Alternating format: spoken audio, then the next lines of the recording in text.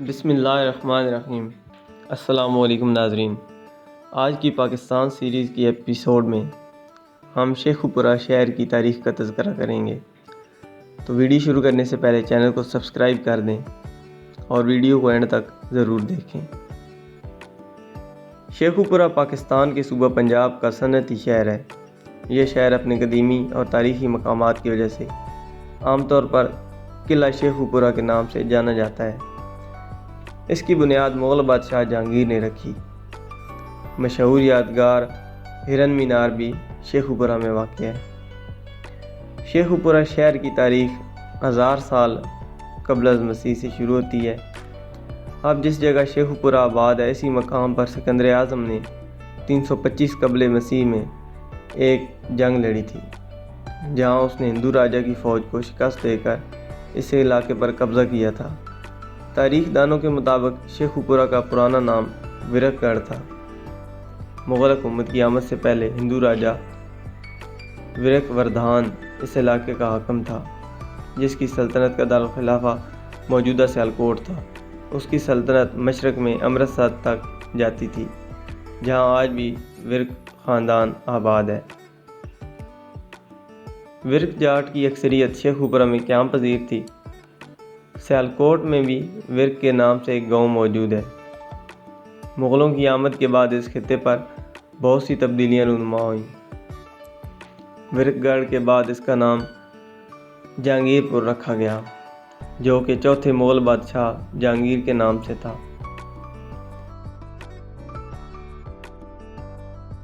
مغل بادشاہ نے اس کی دوبارہ بنیاد 1607 عیسوی میں رکھی اور اس کی تعمیر و توسیع کی گئی۔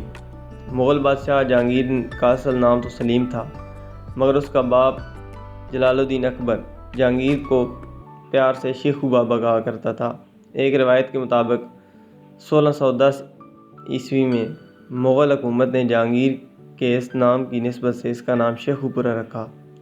شہنشاہ جہانگیر کے دور میں اس شہر شیخو پورہ کو شاہی شکارگاہ کی حیثیت حاصل رہی۔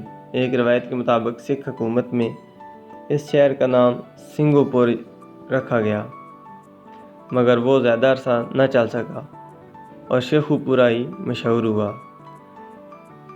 شیخو پورہ کی جاگیر مغل بادشاہ نے سید عثمان بلال شاہ کے صاحبزادے کو دے رکھی تھی، جو کہ قادریہ سلسلے کے ایک روحانی بزرگ تھے، جن کی سرپرستی میں یہ علاقہ مغل حکومت میں ترقی کرتا رہا۔ شہنشاہ اورنگزیب کی وفات کے بعد جب مسلمانوں کی حکومت کے قدم اکھڑنے شروع ہوئے تو ان ایام میں سکھوں کی اپنی چھوٹی چھوٹی مسلح ٹولیوں کے ساتھ مختلف علاقوں پر قبضہ کر کے اپنے پاؤں جمانی شروع کر دیے اور اس خطے کی طرف پیش قدمی شروع کر دی۔ یہ وہ وقت تھا کہ جب پورے ضلع پر خون ریزی کا عالم تھا۔ اتنے میں شمالی جانب سے نادر شاہ فتوحات سمیٹتا اور تباہی و بربادی کرتا ہوا اس سرزمین پر وارد ہوا۔ نادر شاہ نے اس خطے کی خوشحالی کو تباہ کیا اور اسی دوران 1777 عیسوی میں جب سکھوں نے اپنی طاقت کا اظہار اس خطے پر ظاہر کیا تو یہاں کے بھٹی خاندان، جو کہ یہاں صدیوں سے آباد تھے، انہوں نے سکھوں کی مسلح کارروائیوں کے خلاف مزاحمت کی۔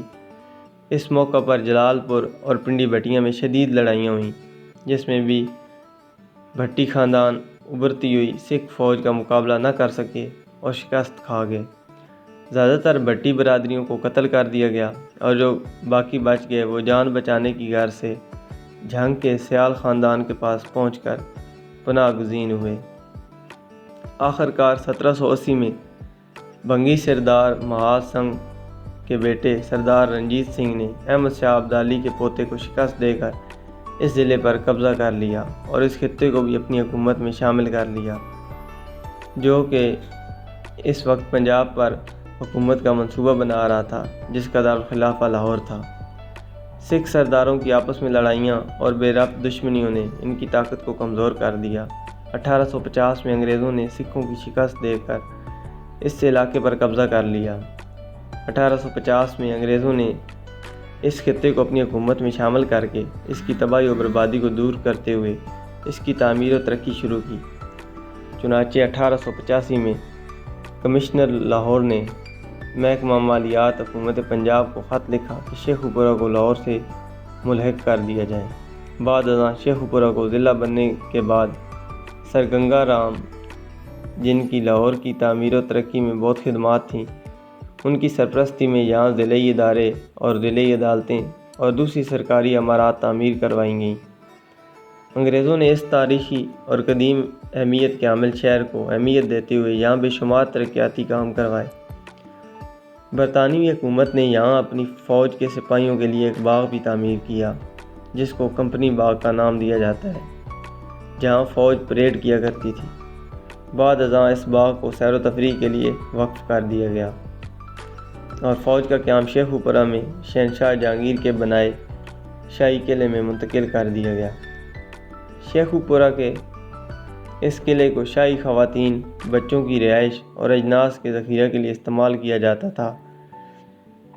بعد ازاں سکھ حکومت میں مہاراجہ رنجیت سنگھ نے اپنی مہارانی کے لیے محلات بھی تعمیر کیے۔ آج کل اس قلعے کے تمام عمارات منہدم ہو چکی ہیں اور اس قلعے کو خطرناک قرار دے کر بند کر دیا گیا ہے۔ لاہور میں صنعتی کارروائیوں میں اضافے کے باعث تمام کارخانوں اور فیکٹریوں کو شہر سے باہر منتقل کر دیا گیا ہے۔ اس وقت لاہور سے لے کر شیخو پورہ تک تمام بڑے کارخانے اور فیکٹریاں مین روڈ پر موجود ہیں۔ اس کے علاوہ اس شہر کو باقاعدہ ضلع کا درجہ دے دیا گیا ہے۔ اس کے قریب ہی ننکانہ صاحب واقع ہے، جہاں سکھ مذہب کے بانی گرو نانک کی پیدائش گاہ ہے۔ یہاں بہت بڑا گردوارہ جنم استھان موجود ہے، جہاں ہر سال مختلف علاقوں سے ہزاروں سکھ یاتری یہاں آتے ہیں۔ شیخو پورہ کی تاریخی مقامات میں شاہی قلعہ، ہرن مینار، کمپنی باغ، مریم مقدس اور مزار وارث شاہ شامل ہیں۔ ویڈیو اگر اچھی لگی ہو تو لائک کریں، شیئر کریں اور کومنٹ سیکشن میں اپنی رائے سے آگاہ کریں۔